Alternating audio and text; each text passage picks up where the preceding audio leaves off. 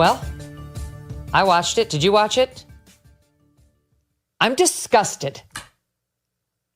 I'm disgusted. I'm ashamed of those moderators at ABC News. They did exactly what their bosses wanted them to do.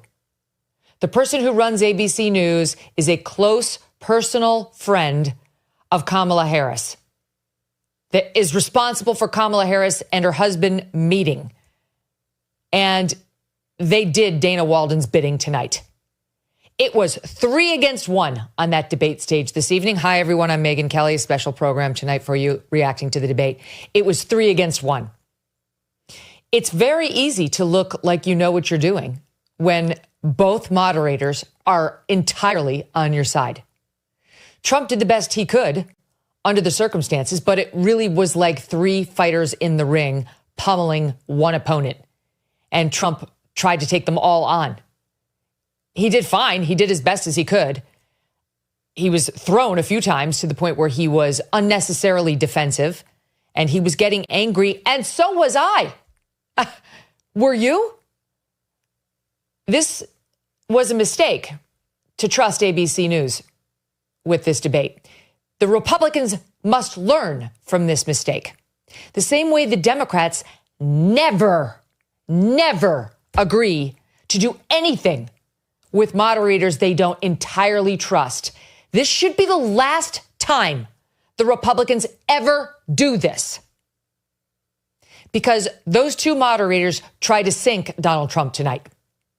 The numerous fact checks on what he said and none on what she said. None. I don't remember a single fact check of anything she said, and she lied repeatedly. She just got away with it. In the moderator's eyes, that was Donald Trump's job to fact check her. That's correct. Except you didn't employ that same tactic when it came to Trump, and you accused him of lying even when it was your opinion that he lied. When Trump tried to say that his comment that he lost 2020 by a whisker was him being sarcastic, David Muir actually injected saying, I didn't hear sarcasm. Who gives a shit what you heard? Who died and left you political analyst in chief? You're supposed to be the objective news anchor of World News Tonight. That's a comment you make to your significant other, David, not on the debate stage. It didn't sound like that to me. Shut up. That is inappropriate. It's not for you to make that call. Leave it up to Kamala Harris. Leave it up to people like me who will play the soundbite and let the audience decide. But you were out of line, and they did it to him over and over and over again. And the worst piece of all of this is the obvious tactic by ABC News, which was as follows. Mr. Trump, you said something incredibly controversial and terrible. Let me remind you of what it was. Do you have any regrets or thoughts on how terrible you were? Trump answers. Vice President Harris, how bad is Trump? And then she'd answer. It happened over and over again. That was the format. Mr. Trump, you're a piece of shit. Kamala Harris, isn't he a shit? Thank you. It was incredible. And then anything Trump said, fact check, fact check, fact check. And their fact checks were full of shit. I'm swearing even more than normal right now because I'm mad. I'm angry. I'm angry at them, at ABC, at my industry that I want nothing to do with. And I've never been happier to be outside and be able to say how I truly feel. And yes, even with some colorful words, because that's what the situation calls for. They're trying to steal this election. They're openly working to sink him. I think it was so bad, their bias against him and toward her, that it's going to backfire. I actually think the American public is going to see through this, and there's probably going to be some empathy for Trump. No fair-minded person could think anything other than that they were in the tank for him, and it was 3 against 1 on that stage tonight. Joining me to discuss it, Emily Jashinsky, D.C. correspondent for Unheard, and Rich Lowry, editor-in-chief of National Review. I've never seen anything like it, Rich. I've never seen anything quite so biased at the presidential debate level. well, continues a theme of this race, right? They've been completely in the tank for Kamala Harris, and the moderators on the debate stage were completely in the tank for Kamala Harris. And you knew where the night was going when we got the first fact check when Trump was talking about abortion and was talking about, he misspoke in this instance. He got it right later when he said the West Virginia governor, the former Virginia governor had talked about you can have abortions after birth, right? And he didn't say any state has abortions after birth. He just said the governor had said this, which is a correct statement. And then he's fact checked by saying, "Oh, Mr. Trump, there's no state in America that has abortion after 9 months." Actually, there are a few instances in Minnesota. He was correct about that as well. But this is the point. The fact check was incorrect, right? And this is why debate moderators shouldn't fact check. The CNN moderators did not fact check because what you think the fact is in that moment may be subjective. You may be wrong, and you're tilting the playing field. And certainly to fact check one candidate and never fact check the other. She did the Charlottesville lie, the both sides are fine people lie, no fact check. She did the bloodbath lie. He clearly didn't mean that that the country is going to be there are going to be riots in the street if he's not elected. It was an economic statement, no fact check. So the moderators were a disgrace. It's one of the reasons Trump seemed on defensive a lot of the night. One was he took a lot of bait from Kamala Harris that he didn't need to. The other was the horrendous moderation. Agree. He took bait he shouldn't have taken. He was defending himself on the pandemic. He was on his heels instead of going on offense and pivoting off of the bad point for him onto something that was more offensive. That was a tactical error by him. But I do want to just spend a minute on this fact check you just mentioned. Here it is. Here's the moment we're referring to where Lindsay Davis helpfully fact checked Trump on this abortion claim. They have abortion in the 9th month.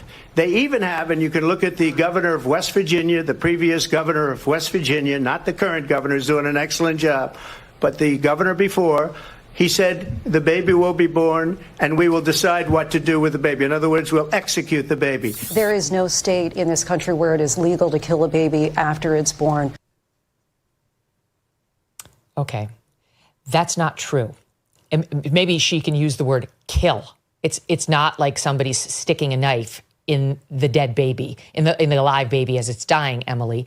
But you and I both know that in places like Minnesota and elsewhere, if you are trying to abort a baby in the 9th month or otherwise, and it's born instead of dying in the mother's womb, they will let that baby sit on the table and die. And Trump's claim, though Rich is right, he said at first West Virginia, later he corrected himself to Virginia. Their former governor, Ralph Northam, said this on camera, admitted to this. Here is the soundbite. If a mother is in labor, I can tell you exactly what would happen. The infant would be delivered. The infant would be kept comfortable. The infant would be resuscitated if that's what the mother and the family desired. And then a discussion would ensue between the physicians and the mother. So I'll give you one other. Roger Severino, he's with the Heritage Foundation, tweeting out the following. Harris, and as it turns out, Lindsay Davis, is dead wrong. Some babies do survive abortions and can be saved, but are denied life-saving treatment, including under Tim Walz's watch. Harris even voted against the Born Alive Abortion Survivors Protection Act that would have defended the lives of these babies, their right to live once born. Unconscionable. Trump didn't say any of that, okay? He tried. But the nerve of this moderator to inject herself into it without any of this.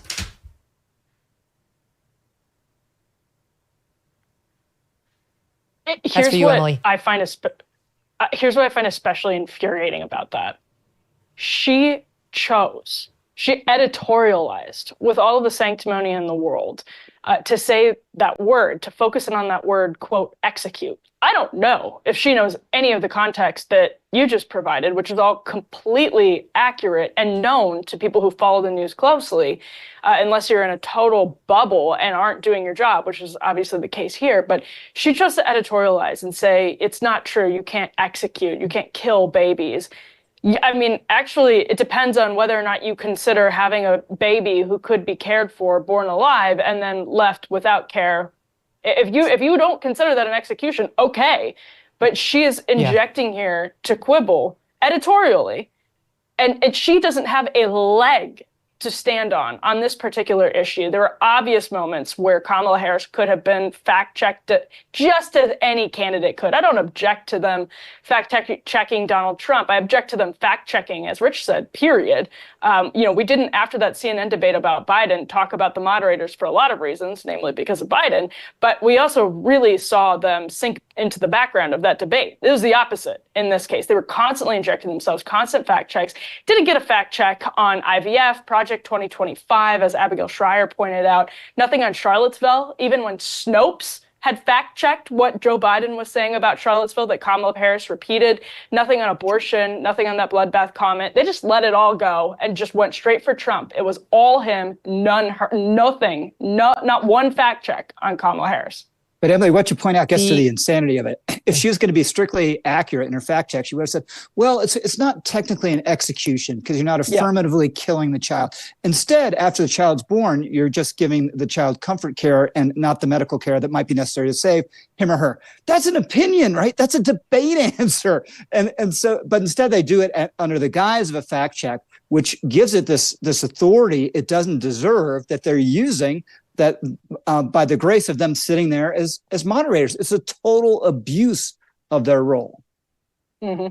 Yeah, and the same thing on Trump's attempt to claim that when he said on a podcast that he lost the 2020 election by a whisker, I said this on my show today, you guys. I said, if I were asking the questions tonight, I would ask him about that.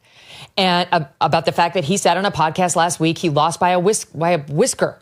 And you should bring that up. And that's fine to bring that up, which they did. And I was actually surprised by Trump's answer. I was being sarcastic. And I'm going to be honest, I don't know that he was being sarcastic in that answer either. I didn't detect the sarcasm myself. That's not appropriate as a fact check. David Muir, here's the moment. Mr. President, for 3.5 years after you lost the 2020 election, you repeatedly falsely claimed that you won, many times saying you won in a landslide. In the past couple of weeks leading up to this debate, you have said, quote, you lost by a whisker, that you, quote, didn't quite make it, that you came up a little bit short.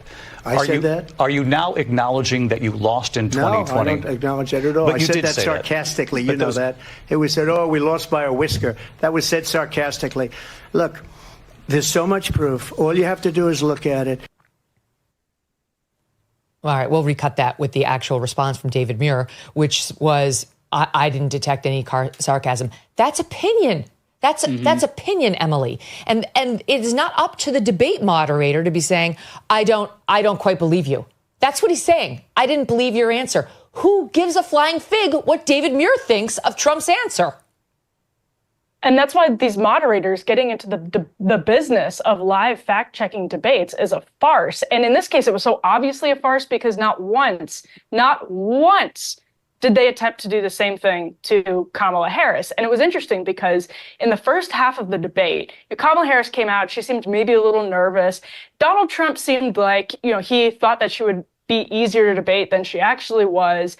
And, he took the bait a couple of times from her. She baited him into talking about his rallies, when he probably shouldn't have been litigating the size of his rallies. But then as the media fact checks started piling up, and as it became clearer and clearer that the editorial line from ABC News, from the leadership that is very close to Kamala Harris, as you point out, Megyn, they said that there was an editorial firewall in this case, which was obviously not true. That bled all the way down into this debate, and that became increasingly obvious. And that's where Donald Trump picked up steam. He was, he I thought came across as a little overly defensive and angry in the first half of the debate. But as the media performance started to get more and more egregious, he actually really, really did start picking up steam. So even by their own objectives, they're too dumb. They're too dumb to actually fulfill their own their own objectives, which we all know is that they want to destroy Donald Trump, because this ends up helping him when it may not have been a good debate for him, period. Now the big conversation coming out of the Trump camp is going to be an entirely reasonable one about what a joke the media was. So the big loser here, and I mean bigger than Donald Trump in this case, is ABC News. Because now, I think all of the networks, to your point, Megyn, might be losing access to debates from Republicans going forward. They should. They must. And just one final point on the fact check, the so-called fact check by this Lindsay Davis. Here, it's even more egregious and annoying when she's like, okay, There's no state in this union that allows a baby to be killed after being born. Or like if you do it, with the right body language, like it's very hard to deal with this lying liar who lies all the time, but I will handle it because I work for ABC News. And meanwhile, she's the one lying. It's just so infuriating to watch, right? You can't, if Trump agrees to another debate on ABC, NBC, CBS, CNN, maybe not CNN, because he did okay on the last one. He deserves what he gets. He deserves what he gets. Because Team Kamala tonight, right now, Rich, is saying, let's have another debate. Mm-hmm. Is he up for it? She's up for it. Let's have another one. Because now she's feeling good, and she's been reminded that her little pets in the media will run cover for her. They're even better than her emotional support governor. She's got an emotional support team out there now in the form of Muir and Davis, and she would have the same thing if this were an NBC or a CBS debate as well. So Trump, I don't know what he'll do. Should he do another debate? I think he should. I don't think this one went very well for him. I mean, he always seems vigorous, right, and vivid. He just has that presence that you can't fake, and that you see has naturally. And he made his points over and over again on the border, the economy, that she's been there for 3.5 years. But he was vague. He was repetitive. And I think, she was overly rehearsed. Obviously, she's extremely rehearsed, but she got her points across. And I think they're probably delighted with her performance tonight. As we said, a lot of help from the moderators. But I wouldn't be surprised if the Insta polls say that she won. I doubt it's decisive in the race, but they probably feel pretty good about what she did. I have to tell you, I watched this seeing, yes, she scored some points. It was like watching a boxing match where you'd have to give her some technical points for landing points, articulating them. But I do not think she won the debate. I actually don't think so, because I think your average viewer at home understands it was 3-1 and would have a national sympathy for Donald Trump. Like, nobody likes that. They don't like an unfair contest. And I also thought her ridiculous preening and facial expressions and tisking and harumphing over on screen right were a massive turnoff. And that all happened, especially in the first 20 minutes of the debate, when people are watching more than they are as the debate goes on. We actually pulled a bit of a montage of some of these faces, I think. Let's take a look. All right, so it's video. Look at her. The hand under the chin. Oh, gee, go on. Oh, do tell. Do tell. All right. It went on like this for a while. Yeah, the Democrats haven't done very well. The scowling. And here's the other thing, Rich. As it turns out, we'll just keep playing this, but as it turns out, she's the one who needed the mic muted. She's the one who kept trying to interrupt. She's the one who should be happy that they wound up muting it, because she was the interrupting cow, not Trump. Yeah. So the Democrats have had some trouble with their on camera, not speaking moments. With Biden, it was the mouth just hanging agape, which wasn't a good look. And this was a terrible look. She got it under control a little later, but it was just awful at the beginning. And she repeatedly tried to interrupt, even though her mic wasn't on. And that led to a good Trump moment where he did the "I'm speaking, please." Does that sound familiar? Kind of needling her with that line she used half a dozen times in the debate with Mike Pence.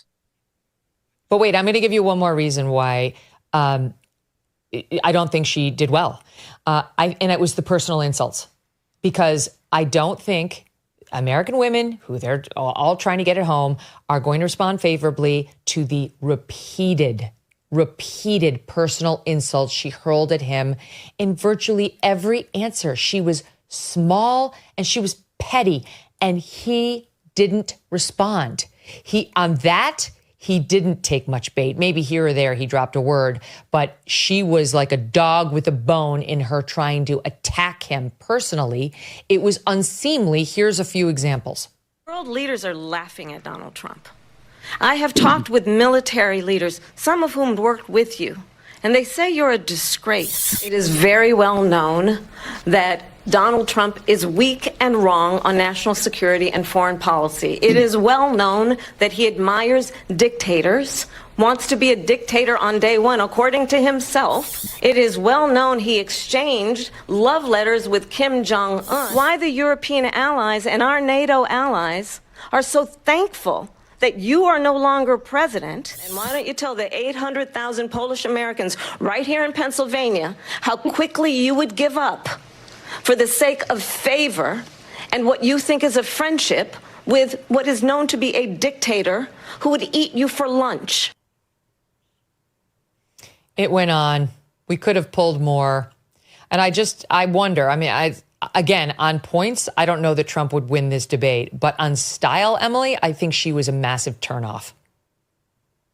That's interesting, because there were also a couple of moments where she, the race question in particular, where they asked Donald Trump why he said that she used to be Indian and now she's black. And then they turned the question to Kamala Harris. And like we saw her do in the Dana Bash interview, I thought she did a good job of not getting into the identity politics trap. I thought there were a couple of moments where she was clearly scripted in the right direction. But on the dictator one, Democrats think that is very much like a dog with a bone. And I think average Americans watch that and they're like, what are you talking about? What we want, historically, what we've seen happen successfully is for our leaders to actually cut deals and to actually engage with, talking about how you're so cool because you just ignore people who can stop wars no matter how bad they are.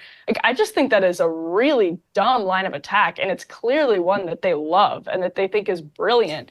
And so I thought she looked pretty silly in that particular exchange, especially because, to your point, Megyn, she was really, on that one, wound up. She felt like this was a slam dunk and it was not even a layup.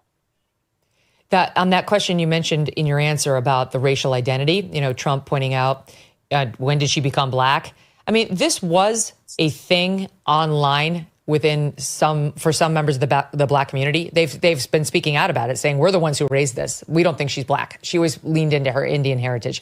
And Trump picked up on it. Maybe somebody fed it to him. I don't know. And that's when he made his comments. And even tonight, they're all over the internet saying, we're the ones who raised it, not Donald Trump. But in any event, so they elevate this. It's already come up, right? Trump's already been asked about it at the NABJ. That's where he said it. He was followed up. He's been asked about it in interviews. She was asked about it in her sit down with CNN. And I'll tell you, as a debate moderator, you factor all that in on whether you're going to raise it on the debate stage. Has it already been responded to? Has it already been, how long has the controversy, been over? This would not have risen to the level. Children are actually having their body parts chopped off right now by the Democrats. I feel like that deserved a question. Like little girls are having their faces pummeled and going into permanent brain damage because of boys playing. Maybe they could deserve one question instead of raising this thing over and over again. But here's how they did it. Mr. Trump, you're horrid. Here's what you said. Vice President Kamala Harris, would you like to comment on how terrible he is? That was their MO. Here it is.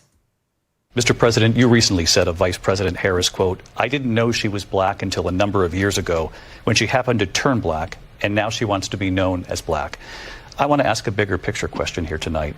Why do you believe it's appropriate to weigh in on the racial identity of your opponent? I don't, and I don't care. I don't care what she is. I don't care. You make a big deal out of something. I couldn't care less. Whatever she wants to be is okay with me. But those were your words, so I'm asking. I don't know. All I can say is I read where she was not black, that she put out, and I'll say that. And then I read that she was black, and that's okay. Either one was okay with me. That's up to her. That's up to her. Vice President Harris, your thoughts on this?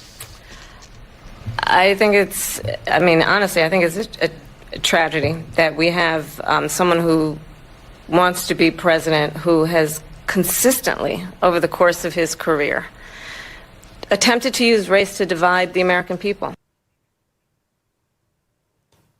The playbook, Rich, it worked beautifully. Who couldn't look good out there with those two moderators doing that for her? Yeah, that was a classic instance of the dynamic, challenging question to Trump, and then to Kamala, what do you think about this terrible thing?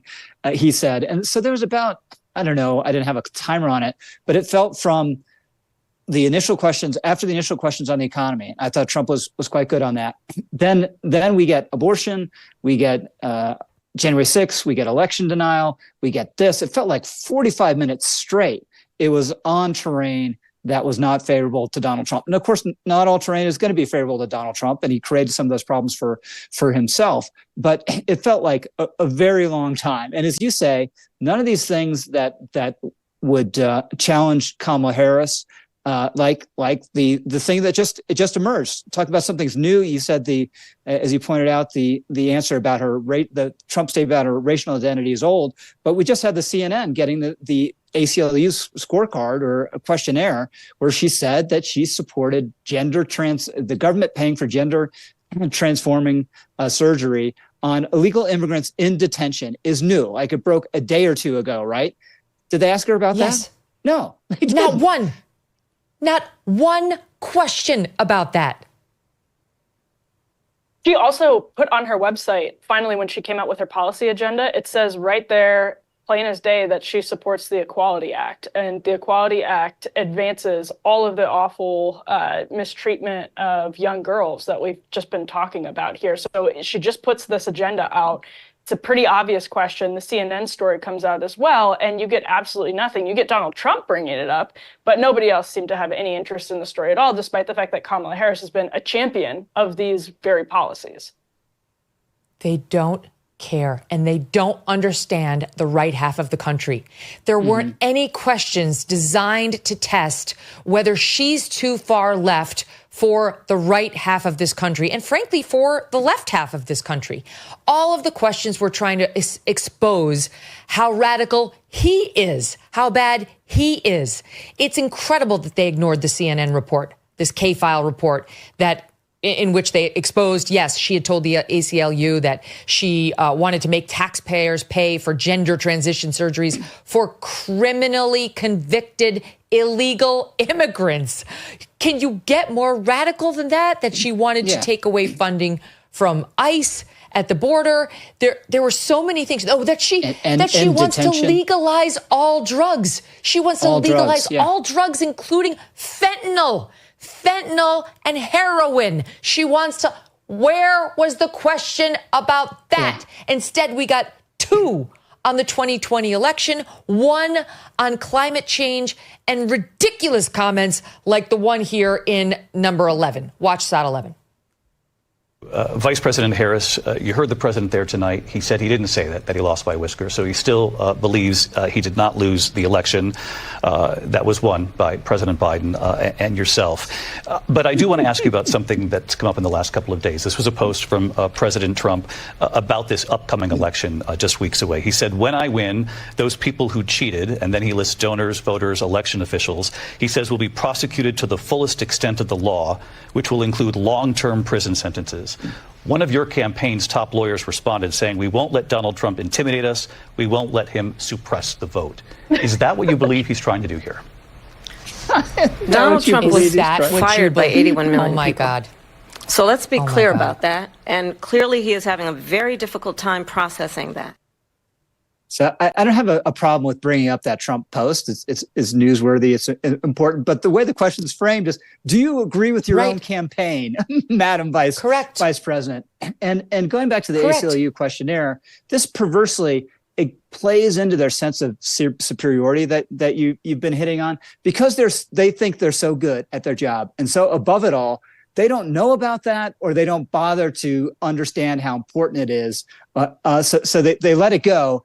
And they think that shows how great they are. They don't fall for this right wing stuff. You know, they're all in good standing with the blob and only ask blob questions. But it really shows how terrible they are at their job and how they aren't to be trusted. And if Trump's going to do another debate, maybe he should insist that after they ask the question, that the moderators' mics are muted. Yeah, you know what? Let's do another debate. I'll host it. I'll moderate it. I can do it by myself. I can't stand Kamala Harris, but I would be so fair. I would be so hard on Trump today. I said I read a list of questions I would ask Donald Trump, and they were not easy. You at least need somebody who, no matter what their strong bias or how they're going to vote, tries to be tough on both sides. This just in. Emily, because I guess she decided, this will be fun to crap on him when he's down, when she perceives him as down. Taylor Swift just endorsed Kamala Harris. Taylor Swift, she posts a picture of herself with her cat. Would you look at this? You can, of course. You can kiss your sails to the Republican audience goodbye, Taylor. Hope you enjoyed them while you had them. And this is what she posts. Like many of you, I watched the debate tonight. If you haven't already, now's a great time to do your research on the issues at hand and the stances these candidates take on the topics that matter to you most. As a voter, I make sure to watch and read everything I can about the proposed policies, etc. Recently, I was made aware that an AI of me falsely endorsing Donald Trump's presidential run was posted to its site, blah, blah, blah. And the simplest way to combat misinformation is with the truth. I will be casting my vote for Kamala Harris and Tim Walz. I am voting for Kamala because she fights for the rights and causes I believe need a warrior to champion them. I think she's a steady-handed, gifted leader. And I believe we can accomplish so much more in this country if we are led by calm and not chaos. I was so heartened and impressed by her selection of her running mate, Tim Walz, who has been standing up for LGBTQ rights, IVF, and a woman's right to her own body for decades. Oh, my God. So this woman is fine with his plan to take custody of the children from parents who don't want them to chop off their body parts and put them in Minnesota court's custody so the body parts can be chopped off and they can be sterilized outside the custody of their parents. That's what led Taylor Swift to endorse him. Can I tell you something? I criticized her about 6 months ago when she came out strongly in favor of, she went to a fundraiser to raise money for Hamas, supposedly Palestinians, but the group that was doing the fundraising was known to funnel the money to Hamas. And I said, people should boycott her. It was an offhanded comment. People went nuts. Some lunatic dropped a note in my personal mailbox outside my house begging me not to boycott Taylor Swift, as though I have that power. I'm allowed to criticize Taylor Swift, and I don't give a shit who gets upset. This is disgusting. If she wants to vote Harris Walz, she can do it all she wants. But to say the reason she's doing it is because of Tim Walz's stance on LGBTQ, F you, Taylor Swift, and F all of the people who want to see these children have body parts chopped off and watch them sterilized under the age of consent, and then will ride off to their multi-gazillion-dollar mansions, never to think of them again. Emily, this is unbelievable. The left is losing its mind. She signed it Taylor Swift, childless cat lady. Oh, how cute. Yeah, I mean, this is exactly, it's not just that she's okay with everything you just described. It's that she actually actively supports it. And yet we can't even get a damn question about things like the Radical Equality Act or the CNN Gender Transitions for Undocumented Immigrants report. We can't even get one question about it. But Taylor Swift is going to get applauded for coming out and endorsing this ticket for the reason of Tim Walz's LGBT policies and Kamala Harris's LGBT policies, which again, if you go to her website, cites very clearly that the cornerstone of it is basically the Equality Act, which is a radical piece of legislation. The vast majority of the country, the audiences of all of the glossy magazines that are now about to clap for Taylor Swift and Yas Queen her, the people that read those magazines don't like this stuff. They don't know about it because the media won't ask a freaking question about it in a debate. But Taylor Swift is also doing this, it should be noted, because Brittany Mahomes came out just a few days ago. She's been saying she supports Donald Trump. She liked a Trump post on Instagram, got a ton of heat for it. They were sitting apart from each other at the Chiefs game, and all of the speculation was bubbling up about whether they had broken their friendship over Donald Trump. Then they sat together again at the US Open, and Taylor Swift got all kinds of heat for being friends with a Trump supporter, and now she rolls out an endorsement right after the debate. That is absolutely not a coincidence. It's a calculated public relations move. This pair, Taylor and her boyfriend, Travis Kelce, are the epitomes of elite snobs. They both have gazillions of dollars. She doesn't care what happens to these kids, just like he doesn't give a shit what happens to all the young men who take that Pfizer booster he's been pushing on them. I'm sure he's totally fucking clueless about the myocarditis taking the lives of young men in this country who didn't need the shot to begin with, never mind a booster. Where's Travis Kelce going to be? Because those are his fans. Where's he going to be when these boys wind up with heart scarring that causes heart attacks and potentially death? They will be sitting in their mansions in Rhode Island and California and New York and jetting across the world saying, let them eat cake, because they'll be bathing themselves in their own sanctimony, too obsessed with their money and their concerts and their football games to have a thought for those they've hurt. Okay.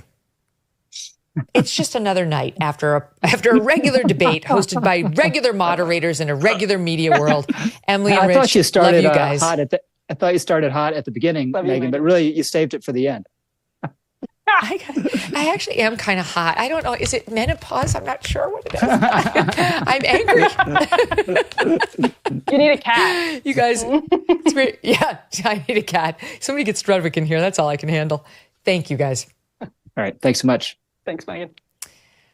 We're going to be back with the host of the morning meeting. This is Mark Halperin's group that he's been doing. We brought them to you recently, and I can't wait to hear what they're saying. First, though, did you know there is nearly $1 trillion? I'm thinking 3 against 1. That's why this is in my head.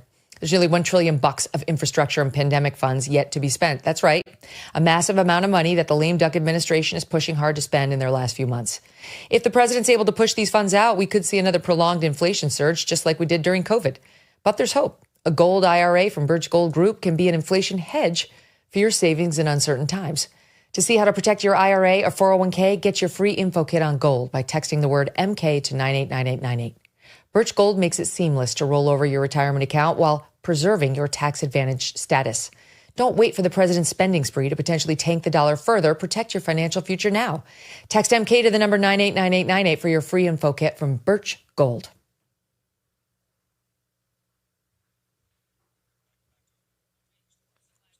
Oh, we're still here. Sorry. Sorry, guys. And we're going to bring on the 3 hosts of the morning meeting, a fast-growing interactive show on the Two-Way YouTube channel. Mark Halperin is editor-in-chief of Two-Way. Sean Spicer is a former White House press secretary and host of the Sean Spicer Show. And Tim Hogan is a Democratic political consultant. Guys, welcome. Mark, what were your thoughts on tonight? Pretty much agree with you. I mean, I thought she was a C+, except on abortion, where she was A, and A+ on baiting Trump. Trump took the bait repeatedly. But the real story is the moderators, as you suggested. They fact-checked Trump. They didn't fact-check her. They chose topics, including abortion, that would help her. When she baited Trump and Trump switched topics, they switched topics to ask her on immigration. And all their questions were poorly formed. And they asked a bunch of yes-no questions, which they shouldn't do. When they asked her semi-tough questions, she changed the subject, didn't answer at all. They just moved on. So to me, it might affect voters. It probably won't. But if Trump's goal, which it is to define her as weak, failed, and dangerously liberal, he was weak and failed in doing that. And so he missed his opportunity. And I'm not saying it means he's going to lose, but he was horrible. And he lost literally every round of the debate, in part because the moderators were just so ridiculously pro-Harris. It was like they had fire hoses against him. There was so much that Trump had to try to bat down. He did what he could, but no human would have been capable of handling the number of lies she was saying. And go ahead, Mark. What were you going to say? Well, I'm sorry to interrupt, but I want to make clear though he was horrible. Sure, it was stacked against him. What did you think was horrible about it? But he had to come in knowing that. He got baited every time, talking about people leaving his events, talking about people eating cats. Talking about his criminal cases, talking about race. The moderators and Harris spent the night trying to bait him into talking about stuff that wasn't about her record. He barely talked about her record. He talked more about Joe Biden's record. So I agree that the moderators controlled the stage and they made it horrible, but he was horrible and didn't do himself any favors, even in the face of unfair moderators. Sean Spicer, you're shaking your head. Why? Well, first of all, I just want to congratulate the big winner tonight, Candy Crowley. She now is erased as the worst moderator in history, and David Muir gets to take on that honor. Look, if you look at the first half of the debate, which is where I think most Americans were paying attention, Trump was spot on, really going after immigration, talking about the threat that we faced. I don't disagree with Mark that a lot of the times he was baited. He focused on responding to her, which he shouldn't have. His classic line of the night, "You've had 3 years and you haven't done anything," came too far into the debate. I will agree with that. But it was, he landed a lot of punches, reminding people about immigration, the effects of it, and contrasting his record on the economy with hers. There were too many parts at the end of the debate. Yeah, it was 3-on-1. I mean, you start to look at race, climate change, abortion, Obamacare. I mean, it felt like a night at the DNC. January 6th and election denialism, both. Yeah, both. I mean, exactly. Look, both got up there. And then when she lied, and there were lots of lies, but here's just, so we played some of what they would do to Trump, right? Like they would fact check him with fact checks that were not true. And look what do they do when Kamala Harris is up there misleading, all right? It came up about the BLM riots. Trump raised it. Of course, the moderators didn't raise her support for bailing out the protesters. But look at this, SOT 10. She gave up at least 12 and probably 14 or 15 different policies. Like, she was big on defund the police. In Minnesota, she went out. Wait a minute. I'm talking now. If you don't mind, please. Does that sound familiar? She went out in Minnesota and wanted to let criminals that killed people, that burned down Minneapolis, she went out and raised money to get them out of jail. She did things that nobody would ever think of. Now she wants to do transgender operations on illegal aliens that are in prison. This is a radical left liberal that would do this. So she's shaking her head no when he's saying she bailed out these criminals. This is her tweet. This is her tweet.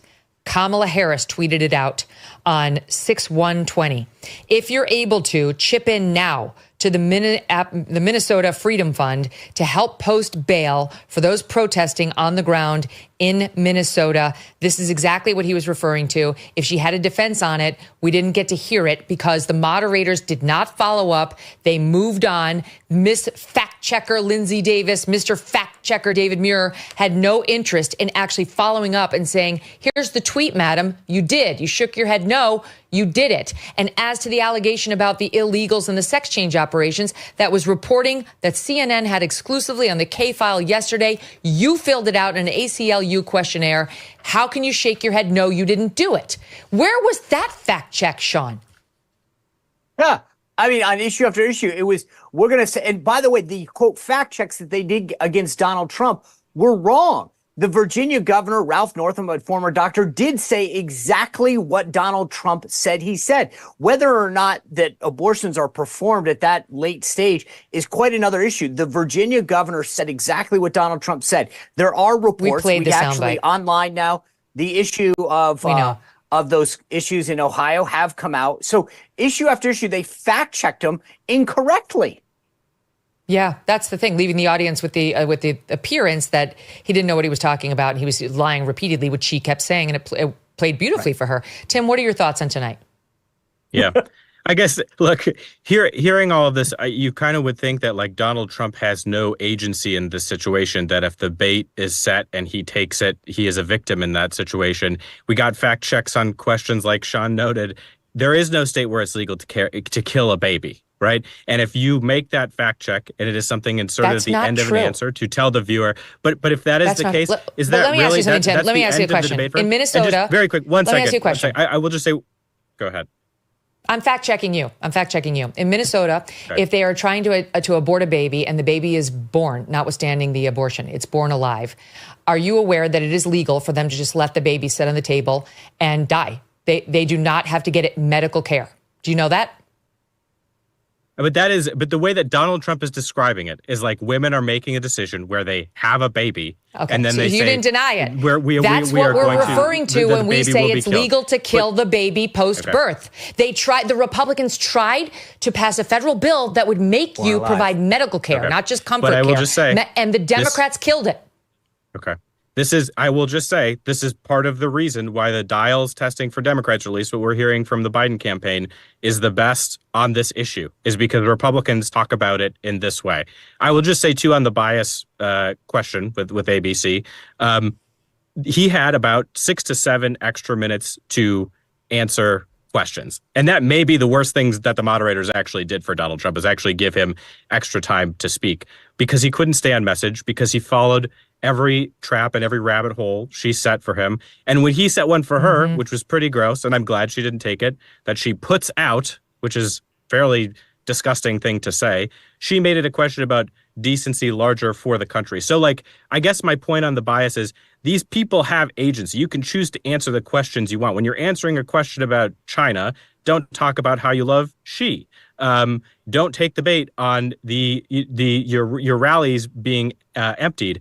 Don't say that you would not necessarily veto an abortion ban. Don't refer to the rioters at January 6th as we. Don't give an incoherent answer on energy and oil. Don't talk about eating people's pets. And Tim, one more I'd add that. Say you want Ukraine to beat Russia. He wouldn't say he wanted Ukraine to beat Russia.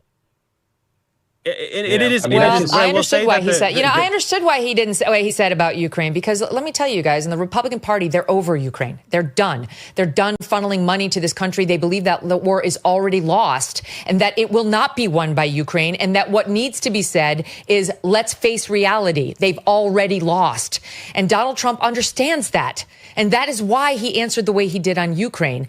But the thing about the pets in Springfield, can we just spend a minute on that? Because Trump was right. We've seen first-person testimonials by residents there saying, yes, they took ducks out of the pond and beheaded them to eat them.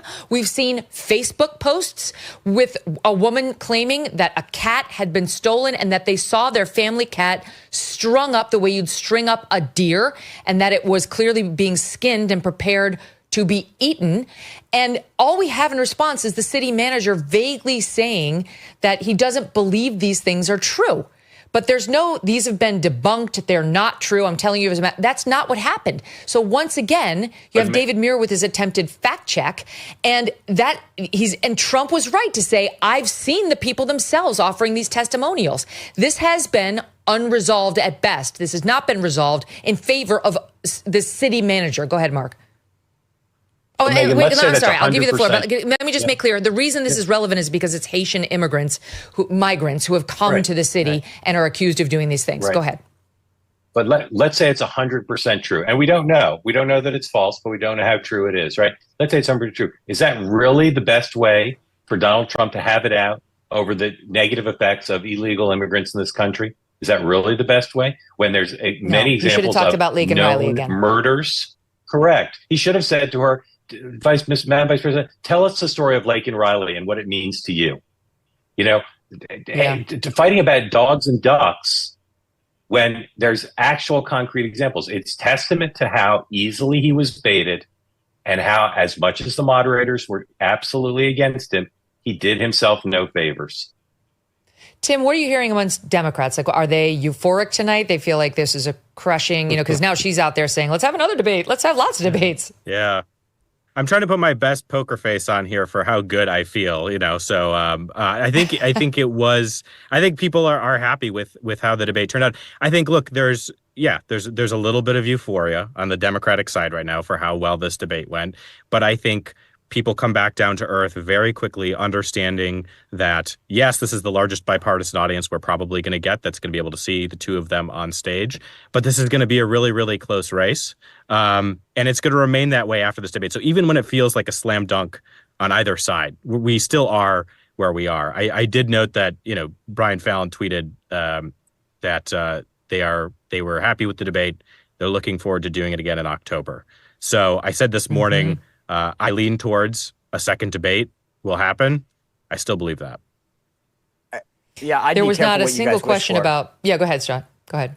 Because I would just be careful what you wish for. I think that at best this debate is a push. I think the Kamala Harris folks I think the people who were supporting her are probably excited. I think the conversations that I've had and the texts that I've had with folks on Team Trump think that he did exactly what he needed to do. People were looking at him to see if he would go over the top, if there was going to be name calling. Remember, there was bars set for each of them.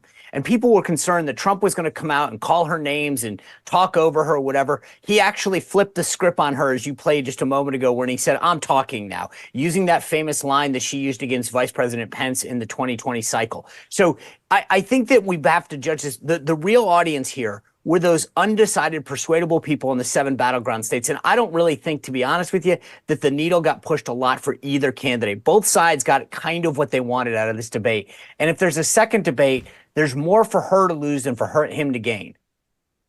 Sean, you were on Rhode Island mushrooms. You just mentioned. You think he got what he wanted? Let me just play stop 15 that Sean just referenced. Watch. In Minnesota, she went out. Wait a minute. I'm talking now. If you don't mind, please. Does that sound familiar? She went out. All right. It was a good line. He had it ready. Almost everything she said was canned. Almost everything she said. I mean, and she did a good job of memorizing her lines. I'm so sorry to interrupt, but if that was his prepared line that landed that people are really excited about, man, I feel better about this debate. You didn't like run spot Ron? You didn't like run spot Ron? I thought that was good early on. That was all right. The whole election is about him convincing people she's out of the mainstream. And he just didn't do it. I mean, there's just no evidence that he achieved that. I don't know. I don't think this wins the election for her. I don't think it loses it for him. But and again, 1 on 3 is not easy. But, he's got some individual lines you can play, but go back and review the transcript. Go back and watch the whole thing and find just how often he failed to do anything on his core mission of defining her as out of the mainstream. Well, can I do the thing that's interesting? He talked about Joe Biden. Right when the debate started, and David Muir posed that 4-year, are you better off 4-year question to her. That was an opportunity for her. She didn't answer the question. But I also thought that he should have come right out of the gate and said, you're not better off 4 years ago, and contrasted his record right away. I think that was a missed opportunity. I'll give you that. But for anyone who is looking right when that debate started to see how she would answer the question, it was not a good answer on her behalf. Her answers were horrible. But Sean, he didn't hold her accountable on that or on immigration.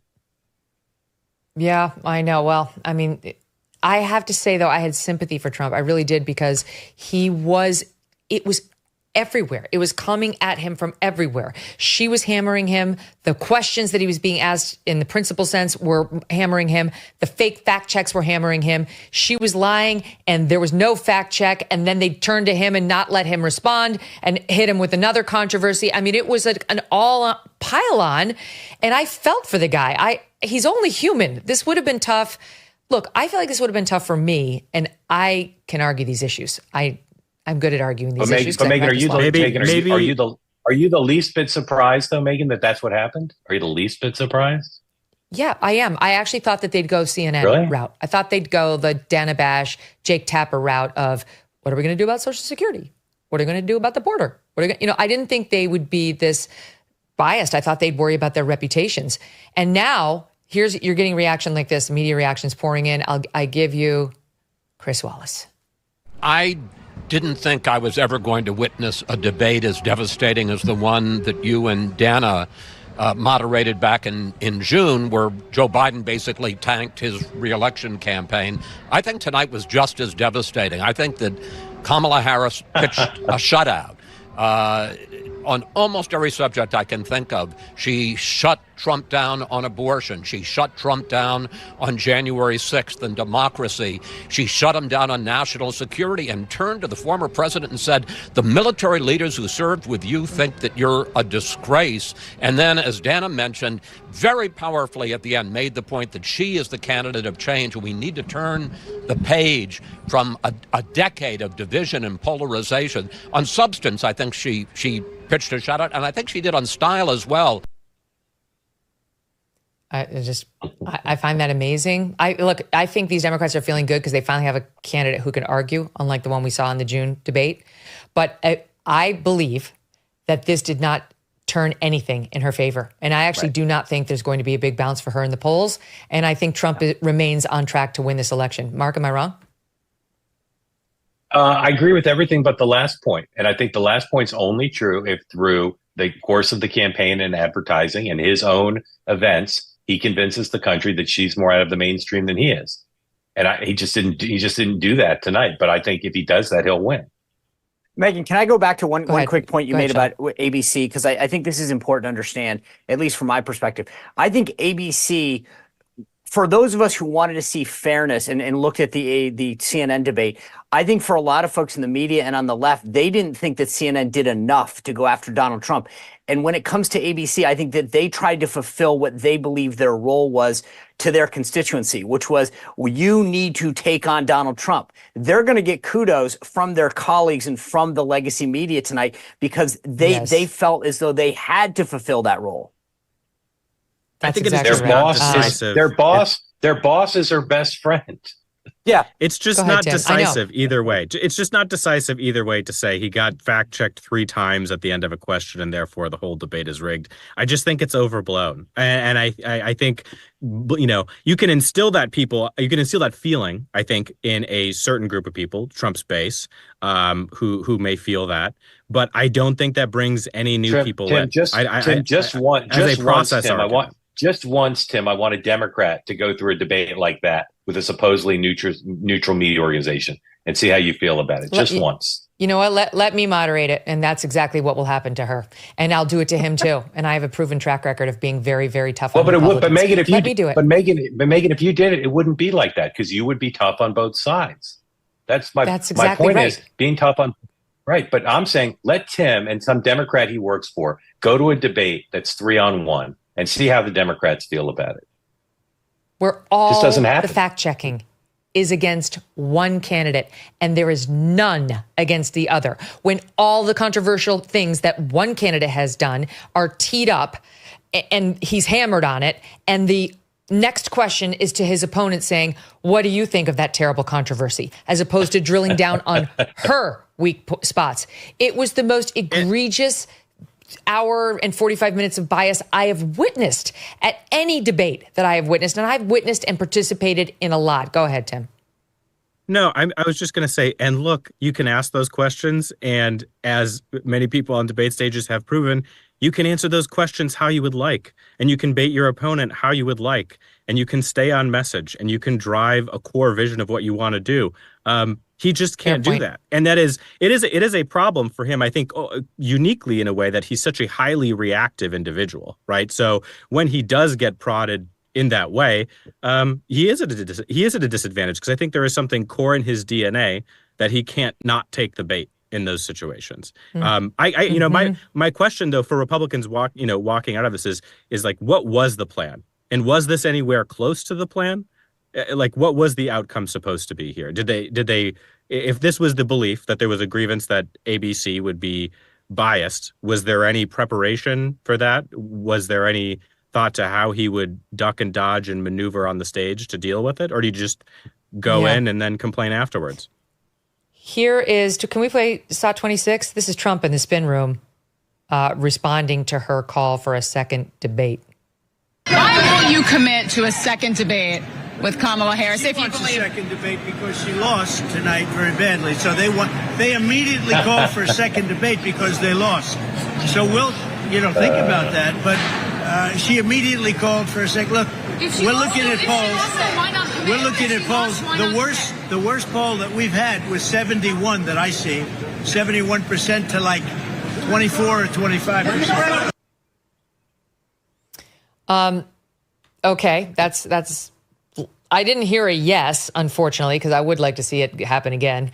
I'll leave you with this. Excellent job by the ABC News moderators. Signed, Jeffrey Toobin. He really liked it. How much did he like it? And was his joy caught on camera? You'll have to wait for that news story until another day. Guys, thank you very much for being here. It's a pleasure. Thanks, Megyn. What a night. Good to see you, Megyn. Thank you. All right, coming up next, Eric Bolling. He's got thoughts. First, though, as the cool fall breeze settles in, there's nothing better than wrapping yourself in pure comfort. Cozy Earth is all about turning your home into a sanctuary. There's the bamboo sheet set made from premium viscose from bamboo. These sheets are unbelievably soft. They get even softer with every wash. Plus, you're going to love how breathable and temperature regulating they are. But it's not just the sheets. Cozy Earth's women's stretch knit bamboo pajama set is another must-have. And for the guys, check out the new men's performance sleep shorts. Designed for comfort and breathability, they will keep you cool and cozy all night long. And don't forget the new puffy sheep slippers. Cozy Earth products are crafted with a commitment to quality that you can feel, backed by a 10-year warranty. Treat yourself to a little piece of heaven this fall. Go to cozyearth.com/Megyn. Use that code MEGYN for up to 40% off your order. cozyearth.com/Megyn. And don't forget to tell them I sent you in the post-purchase survey. Cozy Earth, wrap yourself in luxury this fall. Okay, joining me now is Eric Bolling. He's host of the Eric Bolling podcast. Eric, welcome back to the show. Your thoughts on tonight? Well, I think, Megyn, my thoughts have lined with your thoughts. I was watching X, and I think we're seeing the same thing. We're seeing the same debate where You know, I was saying Disney must be so proud of themselves because they got exactly what they wanted. They wanted a pre-scripted, almost Broadway-like production, and they got it. David Muir is a fantastic broadcaster. The problem is for us is that he is a terrible moderator. You mentioned you should do another debate. I agree with that because you're proving yourself to be tough on both sides. I'm not blowing smoke up anyone's skirt or anything like that, but this was a bias. I mean, fact-checking only Trump time and time again. Kamala Harris saying, I've never said I wasn't against fracking. I've never said I'd vote against fracking. I mean, there was no fact check. There was no clarifications. And then Megyn, when David Muir said, I don't hear sarcasm in his voice, and then turns to Kamala Harris and says, what do you think? And just gave her, it's called a fat fastball right over the middle of the plate for her just to hit it over the left field fence. And she did. I do think, Megyn, and I didn't hear what some of your other guests were saying. I think I was listening to the last panel. I think they lean left a little bit, with the exception of Spicer. Not sure which way he leans, but I think they lean left, both of them. I do think she did get him to take the bait. So I was watching. I didn't want him to say quiet.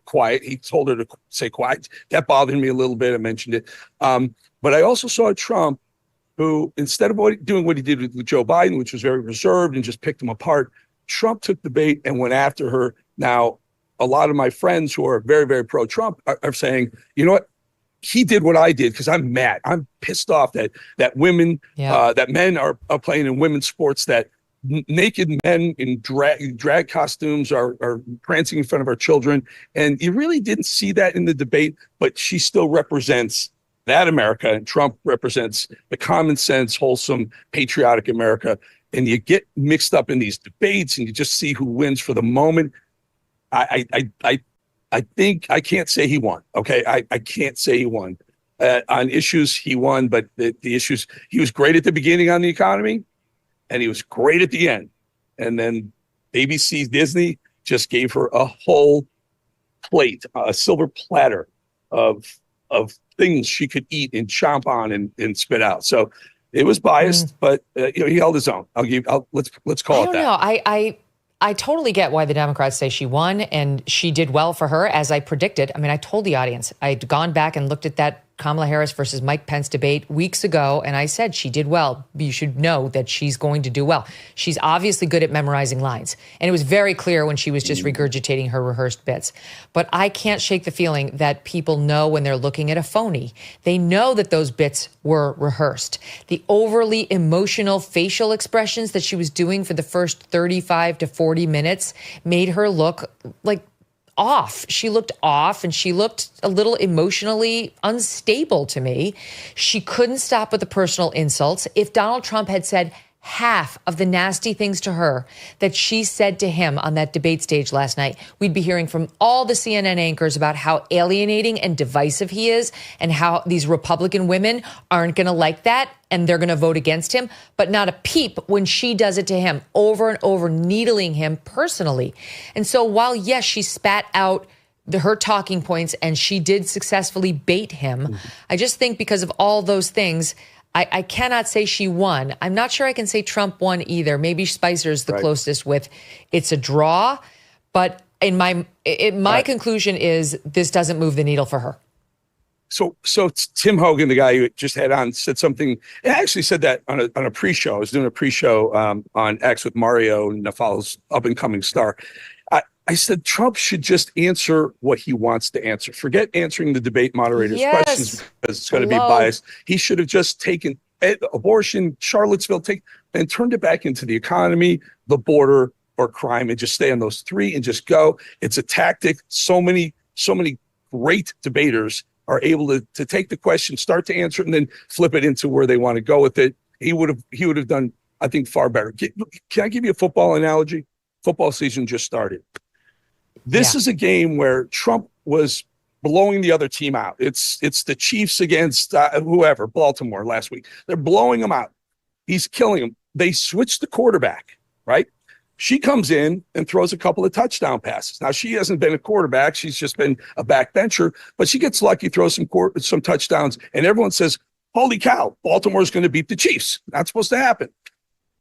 Until the reality sets in, she doesn't know the playbook. you still have the rest of the game to finish. And here's where we are. We're halfway through the fourth quarter. It's probably tie score. Let's be honest. It's probably a tie score. But you never bet against Patrick Mahomes in the fourth quarter when you got the ball and it's a tie score. He will come on strong at the end. The problem is it took too long for them to get there with her. I think they played this game of let's let her get through the DNC convention and then we'll really go after her. I thought he should have just started just banging her on all the economy and inflation. When you back her into a corner on anything numbers, she has nowhere to go. She has no DNA, nothing up here to rely. Think back on high school algebra, anything. It becomes a vacant stare. Almost when Lester Holt said, "You haven't been to the border," and she's, "Well, I haven't been to Europe either." Ha ha ha. That's where she is on policy, but they just handed her so many get out of jail free cards. That's right. And he played defense the whole time. And here's another disgusting aggravation. You know, this little nerdy, dweeby little man over on CNN named Daniel Dale, who does fact checks supposedly against both sides. He's super fair, Eric. Well, this guy decides to tell us how the falsehoods shook out between these two candidates. And here is his conclusion. Jake, what stood out was that this was a staggeringly dishonest debate performance from former President Trump. Just lie after lie on subject after subject. By my preliminary count, Jake, Trump made at least 33 false claims, 33. By contrast, by, again, a preliminary count, Vice President Harris made at least one false claim, though she added at least a few misleading claims and a few more that lack key context. I think a lot of Americans say, well, all politicians lie. No major presidential candidate before Donald Trump has ever lied with this kind of frequency. A remarkably large chunk of what he said tonight was just not true. And this wasn't like little exaggeration, political spin. A lot of his false claims were untethered to reality. On abortion, saying every Democrat wanted Roe v. Wade overturned, though actually more than 80% of Democrats supported Roe. On crime, saying it's through the roof, though it's actually sharply down since early 2023. It's now lower than it was since Trump left office. On healthcare, saying he's the one who saved Obamacare, the law he actually repeatedly tried to overturn. On Kamala Harris herself, saying that a Howard University grad, Black Law Students Association president, had claimed that she wasn't black at one point. Frankly, I don't have enough time here to run through each specific Trump false claim. I urge people to go to our CNN website or our app to read our team's detailed fact checks on this and a whole bunch more. Wow. Wow, I don't even know where to start with that. One. So one from Kamala Harris. And I believe it's the fracking lie where she claimed that she had said she wasn't going to ban fracking, which she never said. She only said Joe Biden wouldn't ban fracking. She never reversed her plan and stated belief that it should be banned. And by the way, where was his fact check? Even Snopes has fact checked the find people on both sides lie and the bloodbath lie, her claims about abortion, her claims about Trump and IVF, the Trump abortion ban line. She kept saying Trump's abortion bans. Trump has no abortion bans. Trump appointed 3 justices to the U.S. Supreme Court who overruled Roe and said this is a states' rights issue. There's no Trump abortion ban. Fucking Daniel Dale doesn't care about any of her falsehoods, the same as Lindsey Davis and David Muir. It's shocking that he could say, you know, he did, though. He covered himself. He said at least 1 for Kamala Harris, which means it could have been 50. He didn't lie about that. I'm joking here. But one of the 2 areas where I think Trump really could have nailed her. When Afghanistan came up the second time, David Muir said, I know we talked about it before, but Afghanistan, how do where do you stand on the pullout? And she said, I continue to believe Joe Biden made the right decision. It was it was one of the worst military decisions the world has ever seen, let alone America. And I think Trump could have kept on her a little bit. I know he did a little bit, but there was an opportunity there that I think was wasted. And also, when the topic of Hamas and Israel came up, he really could have pounded. He could have driven the wedge through the 2 sides of Kamala Harris's mouth, the side that is trying to maintain the Jewish vote and the other side that's trying to maintain the state of Minnesota and Michigan vote with the Muslim population. They're on both sides. They've been flip-flopping across the board on this. And I didn't think he brought it home on that. I hope there is another debate. I hope the debate is some neutral zone. How? Digital. Digital. I mean, it's the only place to go right now. Let's be honest, Megyn. You and I come from the cable news world. Disney owns ABC. ABC owns the Moderators. There's no question that the Disney board is wildly liberal. They want a Kamala Harris president. If you think that these people who make millions upon millions of dollars from talent all the way up to management aren't trying to protect their own ass and their own paycheck, you're out of your mind. They're going to do it. On the other side, let's be honest. Fox has a conservative board, maybe less conservative than it used to be, but it's still a conservative board with the exception of Paul Ryan. But they still lean in the other direction. Get out of that world. Get out of the world where you're beholden to corporate boardrooms and advertisers, and go to some neutral zone. Go to a digital space, Megyn Kelly, and pick another one. And Tucker, I don't know. I'll tell you exactly. No, you know what? No one else. And this is not about a vanity project for me. I've hosted plenty of debates. This is why it should just be me. It should be me alone, because who in the country has been harder on Donald Trump in presidential debates in a fair way, not like these moderators tonight, than me. I have proven that I will not give him a pass in debates and in interviews. And there's zero chance I will give her a pass. I told this story on a show I was on prior to the debate. I said, I'm going out with Megyn Kelly later. And I said, Megyn Kelly should be the host, should be a moderator of these debates. Because who can forget in that famous moment where you were tough on Trump? Let's be honest, you were tough on him, but you weren't unfairly tough on him. And I can't imagine, you don't have to tell us, but I can't imagine the amount of input that you were getting from above and laterally and above from management and board members and whatnot, to push you in a direction. And you did what your heart told you to do. You were a journalist and you did what you were on this earth, put on this earth to do. And look, and it's been nothing but good. Again, I'm not trying to kiss your butt or whatever, but that's what we need. And we haven't had that. I will give Jake Tapper and Dana Bash credit for coming close to that. Did fine. I think they were. Yeah, they did fine. They also brought up climate change, but not the cutting up of body parts and children.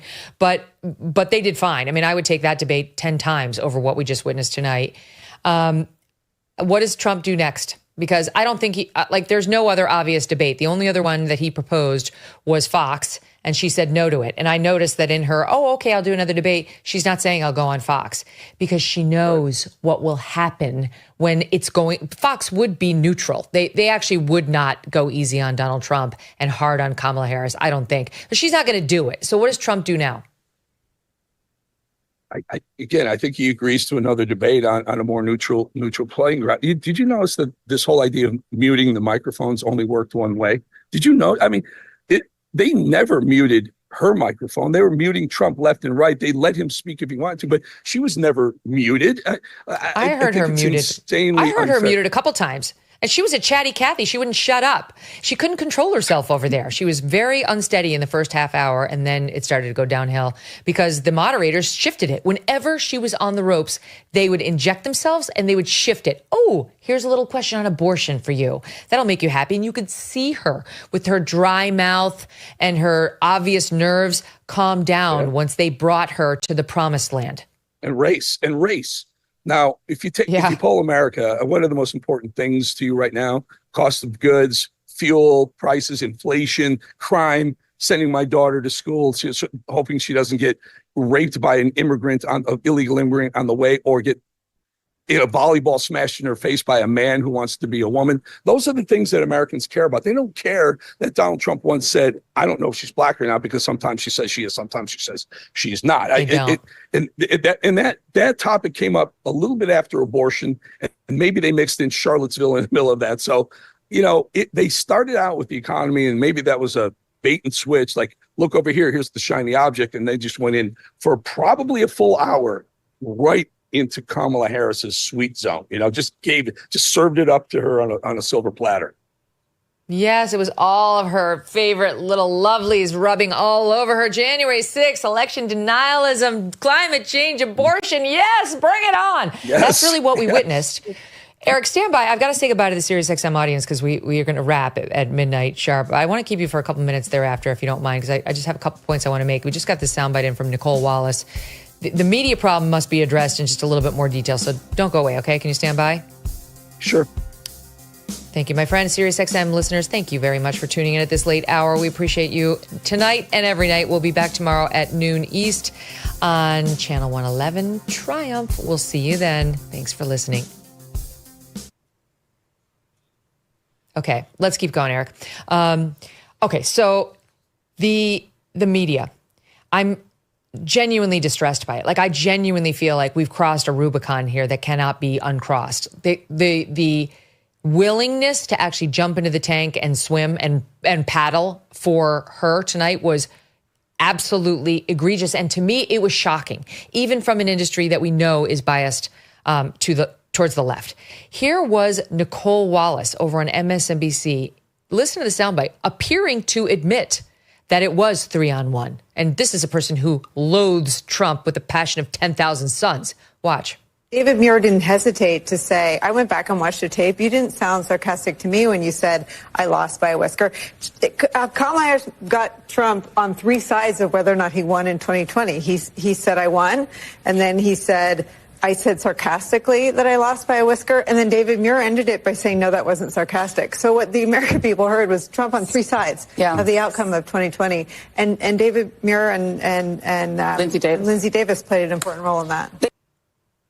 There it is. They certainly did. What an admission. That was one topic, one comment. That sarcasm, that I didn't hear sarcasm throwing to Kamala Harris was, like I mentioned earlier, it was like one of the most egregious things I've seen.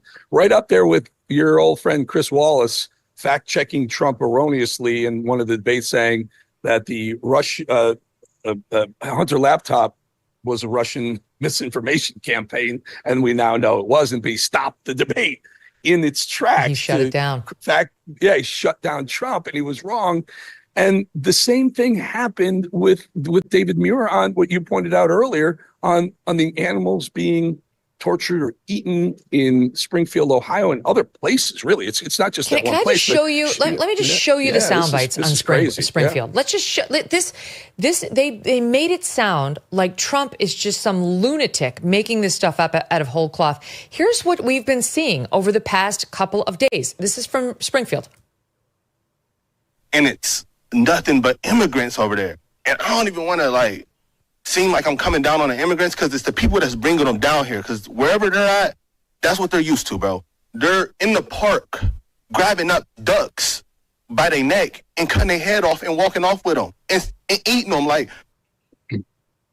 Okay. And now, and on top of that, Springfield, Ohio Facebook post, warning to all about our beloved pets and those around us. My neighbor informed me her daughter's friend had lost her cat. She checked pages, kennels, and asked around, etc. One day she came home from work. As soon as she stepped out from her car, looked toward a neighbor's house where Haitians live, and saw her cat hanging from a branch like you would do to a deer for butchering, and they were carving it up to eat.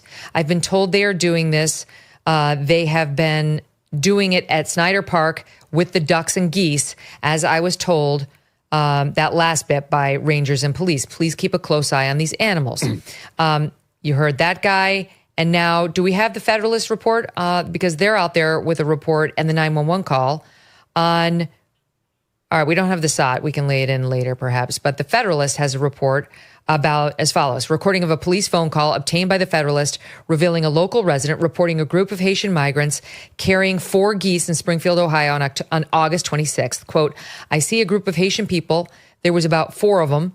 They all had geese in their hands, the caller tells the public services dispatcher. The caller told the dispatcher he saw 4 migrants in total, 2 men and 2 women, each carrying a single goose. How many geese did they have? Asked the dispatcher.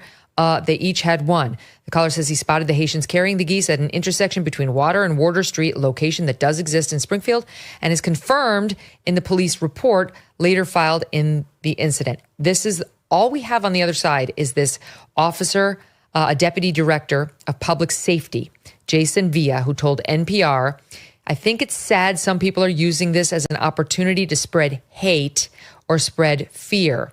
We get these reports that the Haitians are killing ducks in a lot of our parks, or the Haitians are eating vegetables right out of the aisle at the grocery store, and we haven't really seen any of that. It's really frustrating as a community. It's not helpful as we try to move forward. We haven't really seen any of that. So what? You haven't really seen any of that? What are you talking about? Because all you mentioned here was reports that they were killing ducks in a lot of your parks and that they're eating vegetables. You did not address the cat claim. You did not address the Federalist reporting that they had 4 of them and that it was called into 911. And you did not address the claim that at least in one case, a duck was beheaded. You only speak to that it's, hold on, how does he put it? A lot of our parks. So this is what you could call a non-denial denial. And that's what David Muir thought was an appropriate fact check tonight. Not just once. He said it 2 or 3 times when Trump said, well, we'll see if that comes out differently later. It's like, no, I'm talking about this person, the one guy that you just mentioned. Meanwhile, there are reports and reports. It's all over the internet. I will give you an anecdotal story. And this is an absolute true story. I used to play professional baseball in the minor leagues. There were a lot of Dominican players who were drafted. They were young guys. They never went to college. We housed with them. We roomed with them in Bradenton, Florida for the Pirates. And they would kill cats and eat them. Honest to God, true story. It happens. It's the way of life in some countries. It's an accepted behavior. It's not here and it's not okay. But for someone to say all these reports and those there's 2 or 3 people who were at a town hall meeting talking about some of the things that were going on, that they're somehow not telling the truth or they're lying, that's ridiculous. And even further, more ridiculous is you have a presidential campaign that's very tight, very close. You have likely a single presidential election debate, and one of the moderators uses a shoddy fact check like that. Honestly, Megyn, that feels like someone came down from above, management, ABC or Disney, and said, if he brings up these cats, because it's bad, because it's everywhere. It's got the country kind of freaked out that these people are what they're doing. They probably said, make sure you stop him in his tracks, because he went back 2 or 3. If you listen back to the tape, he stopped Trump 2 or 3 times on the same topic, that's highly unusual. That's very unusual. We have some of this queued up. Let's take a listen to Sod 8. In Springfield, they're eating the dogs, the people that came in. They're eating the cats. They're eating the pets of the people that live there. And this is what's happening in our country. I just want to clarify here. You bring up Springfield, Ohio, and ABC News did reach out to the city manager there. He told us there have been no credible reports of specific claims of pets being harmed, injured, or abused by individuals within the immigrant community. Well, I've seen people on television. Let me just say here, this is the people on television say my dog was taken and used for food. So maybe he said that, and maybe that's a good thing to say for a city manager. I'm not taking this from television. But the people on television saying their dog was eaten by the people that went there. Again, the Springfield city manager says there's no evidence of that. Vice President Harris, I'll let you respond to the rest of what you've heard. You talk about extreme. She's laughing. Four times. 4 times. 4 times David Muir jumped in. ABC News said, I just want to say, I'm not talking about TV. I'm talking about the city manager. 4 separate times he stopped Trump in his clarification, fact check, whatever you call it, and then throws it to Kamala Harris. Doesn't even let Trump get the rest of the thought out, and then throws it to Kamala Harris.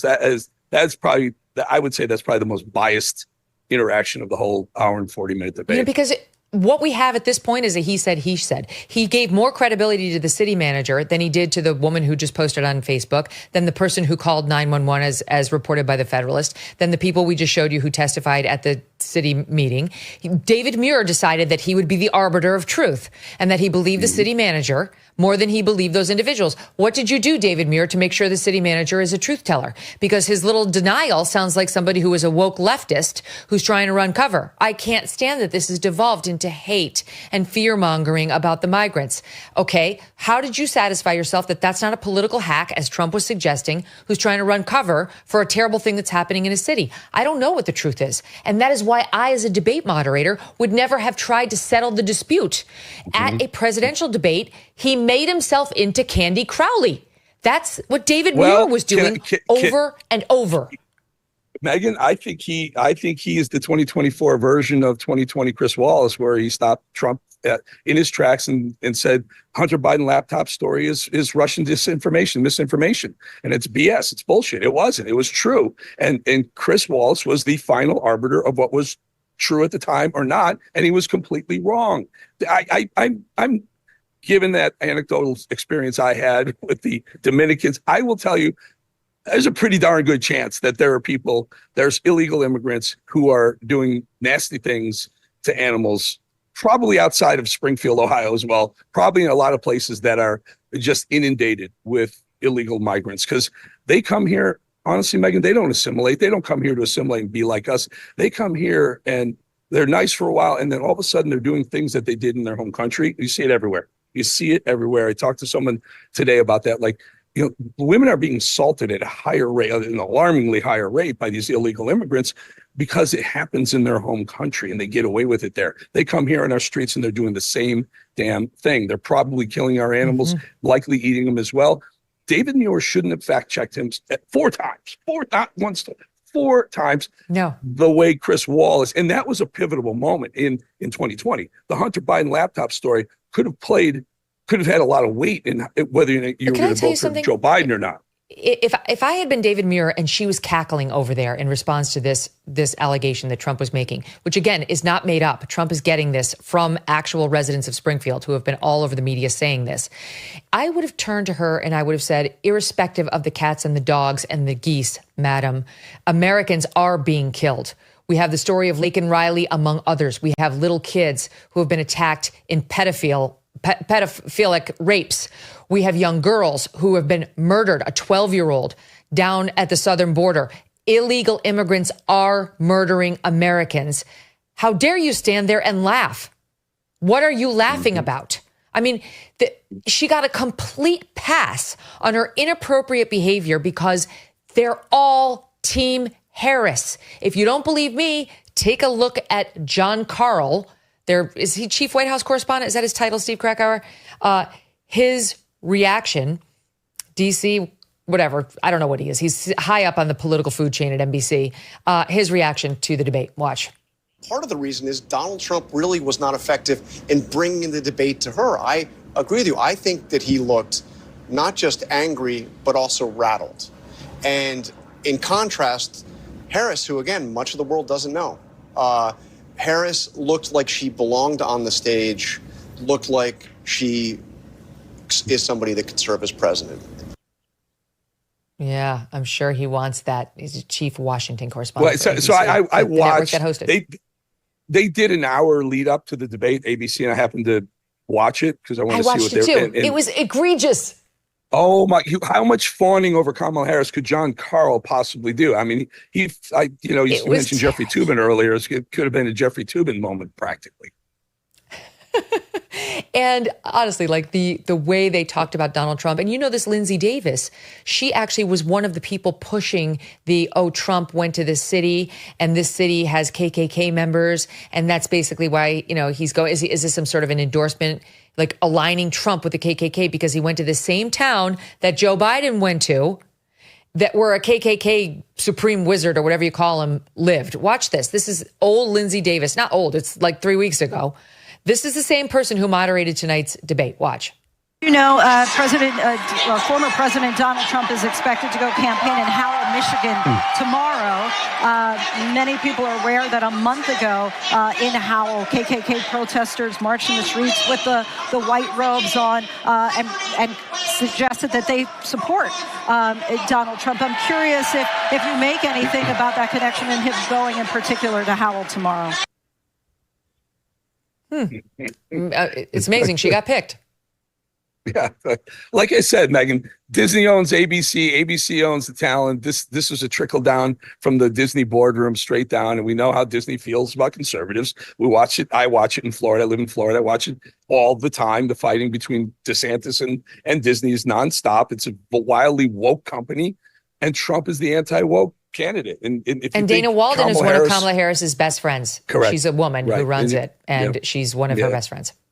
If you think a Kamala Harris presidency won't be splashed with wokeism and a revibrance of the pride parades and the trans, it's on its way, folks. It's on its way. She's going to make Joe Biden look like a normal president if she gets there. Listen to this. listen to this, just in case you had any doubt about ABC's intention to take out Donald Trump tonight in an ambush. Not only did they put this woman who tried to link him to the KKK in as debate moderator and chose David Muir, who's hosted, according to the Media Research Center, the world nightly news show that is the most biased out of all three of them, NBC, CBS, or ABC, by far against Trump. Almost no negative stories about Kamala Harris, almost all negative stories about Donald Trump. But tonight, who do they book on Jimmy Kimmel following the debate in their big show? George Conway, Lincoln Project Never Trumper in chief, who earlier tonight tweeted out as follows: "This is the most brutal beatdown I've ever seen in a presidential debate. I love the Kamala, what the F is he talking about look. The way she looks at him, she shows that she's not afraid. She shows that he is a joke. Bravo. God bless our next president, Kamala Harris." That's who's on Jimmy Kimmel right now. This was an ambush. That's what he walked into tonight. And he emerged, once again, shot up a bit, but I think still strong and I think still well positioned to win this race. You know, there's a cottage industry that's shot up since Donald Trump became president. It's the it's Trump derangement people. It's like the rhinos that were being escorted out of Washington, D.C. And then there's these people, these George Conways and Lincoln Projects and the other people who aren't kind of never really were conservative, but see no lane for them to be relevant other than to attack Trump as his attachment to Kellyanne Conway, or as these former Trump comms people, Alyssa Farah on The View, and the rest of them, Stephanie Grisham. These people used to work for Trump. And I know because I used to be in D.C., and they adored him when they worked for him. They adored him. And then somehow there's a job waiting for them to bash him on the way out once they don't work for him anymore. It's a little cottage industry. Yeah, I think he's beat up. But again, Megyn, it's the fourth quarter. It's tied. Let's be honest, it's probably a tie game right now. Patrick Mahomes, Donald Trump has the ball, and never bet against Patrick Mahomes with the ball. Tie game in the fourth quarter ever. Speaking of Patrick Mahomes, whose wife Brittany made the comment about Trump, had to and bring is good it up. friends with Taylor Swift. But now, so we read Taylor's whole post earlier, so the audience knows what we're talking about. But she's endorsed Kamala Harris tonight, and amazingly said the thing that pushed her over the edge was her selection of Tim Walz because of his LGBTQ agenda. I'm going to go ahead and venture a guess. She's a know-nothing, that she knows absolutely fucking nothing about this issue. Does she know that he's bringing kids across the state line from other states whose parents don't want them to chop off their body parts, and he's having courts seize jurisdiction over them so that they can order that those be paid on the Medicaid dime in Minnesota? Without the parents' consent, minor children being pulled away from their loving parents so that Tim Walz can cut off their genitals? Taylor, did you know that? Are those your little fans? Are you in favor of your little 13-year-old fans in Minnesota or around Minnesota getting pulled into Minnesota to get their breasts chopped off and to be sterilized with puberty blockers straight into cross-sex hormones? Is that what you stand for, Taylor? Thank God my daughter's not a fan of yours, but if she were, that would be it. Here's Rick Grinnell. Taylor Swift does not let people comment on her public endorsement. She turned off comments on Eric. LOL. Typical of today's left. They can't tolerate dissenting views. So what do you make of the Taylor Swift endorsement? Other than the fact that I'm concerned because my beloved Kansas City Chiefs, I used to love Travis Kelce, and I can't stand him now because the stupid thing he does with her. Here's the reality. And the Pfizer. She's going to move the needle. She's going to get people to vote for Kamala Harris. I don't think so. As ridiculous as this sounds, there are so, honestly, Megyn, there are so many dumb voters. There's so many people who just look at a celebrity or someone like, or a musician, someone especially as big as Taylor Swift, who go, if Taylor likes her, then so do I. I mean, look, Taylor Swift is probably responsible for 2 to 3% more female attendance and viewership for the NFL. Taylor Swift, one person. The NFL did a study. They were about 46% female, 54% male prior to the Taylor Swift, Travis Kelce romance. And now it's probably 50-50, they say. So like it or not, and no sane football fan is going to listen to what Taylor Swift thinks, but she moves a zeitgeist needle, so to speak. And unfortunately, young people, oh man, it's just scary. It's just scary. I'm in New York City. By the way, I never want to be here. I don't deny again. her power in the music industry, but I just don't. I just don't think somebody's going to pull the lever for Kamala Harris because she told them to. Let's hope not. I just can't. That's just my armchair opinion. I could be wrong. I've been wrong about plenty of things, but I don't believe that. Here is what Kamala Harris and her team are doing tonight with a drone. There's some video of a drone with a message in the sky. It reads, Madam Vice President. Everyone's taking pictures. And then wait for it. The vice disappears. And we're just left with the Madam President. Can I just comment on this whole media thing, this whole blitz? And you have to give them credit for this. They're being very creative. Almost every time I open my laptop, I got a Kamala Harris. I hate it. I got a Kamala Harris ad that place. They're putting it in very selective and smart locations. Her campaign has probably put together the best game plan for a quarterback who sucks. I'll use the football analogy one more time. She's incompetent. She doesn't know the playbook. She's not talented, but they've got the best playbook to beat the other team, and they're staying. We're going to drag her into the end zone. Right. Yes, they're figuring out the thing that they have, and they call it the brotherly shove instead of brotherly love, where quarterback gets the ball and the whole team pushes him forward, which used to be illegal. My point is they're finding the right places to gain ground, to gain, let's say, votes. Again, battle state. I will tell you, I believe this election is coming down to Pennsylvania. That's why Trump should have stayed on fracking for an hour, because it was Pennsylvania that was going to get hurt the most by her fracking, original OG fracking ban that she walked back recently. But that's where I believe this election will be won or lost in Pennsylvania, and fracking matters to those folks. Here's the final indignity of ABC. Guess who else is booked on Kimmel tonight? The bookend to their debate. Not just George Conway, Jane Fonda. Okay. Yeah, it's anti-American. Unbelievable. I mean, it's unbelievable what Trump walked into tonight. He should never do that again. Republicans should never do that again. There should never be another general election, presidential debate, or Republican primary debate on ABC News, ever, period. And if any candidate agrees to that, they should have to answer to Republican voters why they intentionally tried to sink their chances by agreeing to go into such a lion's den. It's just, the deck is stacked and there's only so much any human can do. Trump, of course, is claiming victory anyway. We'll see. We'll see some polls. We'll see. I've got my doubts about whether her exaltation and exuberance is going to last for very long. Eric, great to see you. You too, Megyn. Congratulations. Great show, by the way. Thank you very much. Oh, and thanks to all of you. I'd love to know what you think. You've heard what I think and what our guests think. Just send me an email. We have well over 1 million watching us on YouTube and plenty more on podcasts and so on. So I'd be delighted to get your thoughts before we go on the air tomorrow. We'll read some of them. You can email me at Megyn, MEGYN, at megynkelly.com. And just let me know what you thought. Who won? How did she do? How did Trump do? Does it move the needle? And what'd you think of the Taylor endorsement? And what'd you think of ABC? We're back tomorrow. We'll have more coverage. I'm sure the media meltdown in her favor will be disgusting and sycophantic. Between now and then, we'll have that covered for you as well. And we'll go over what the snap polls are saying, as well as some of these other debate moments that we didn't quite get to tonight. Don't miss that. We will see you then with our friends from the Fifth Column. See you then and good night.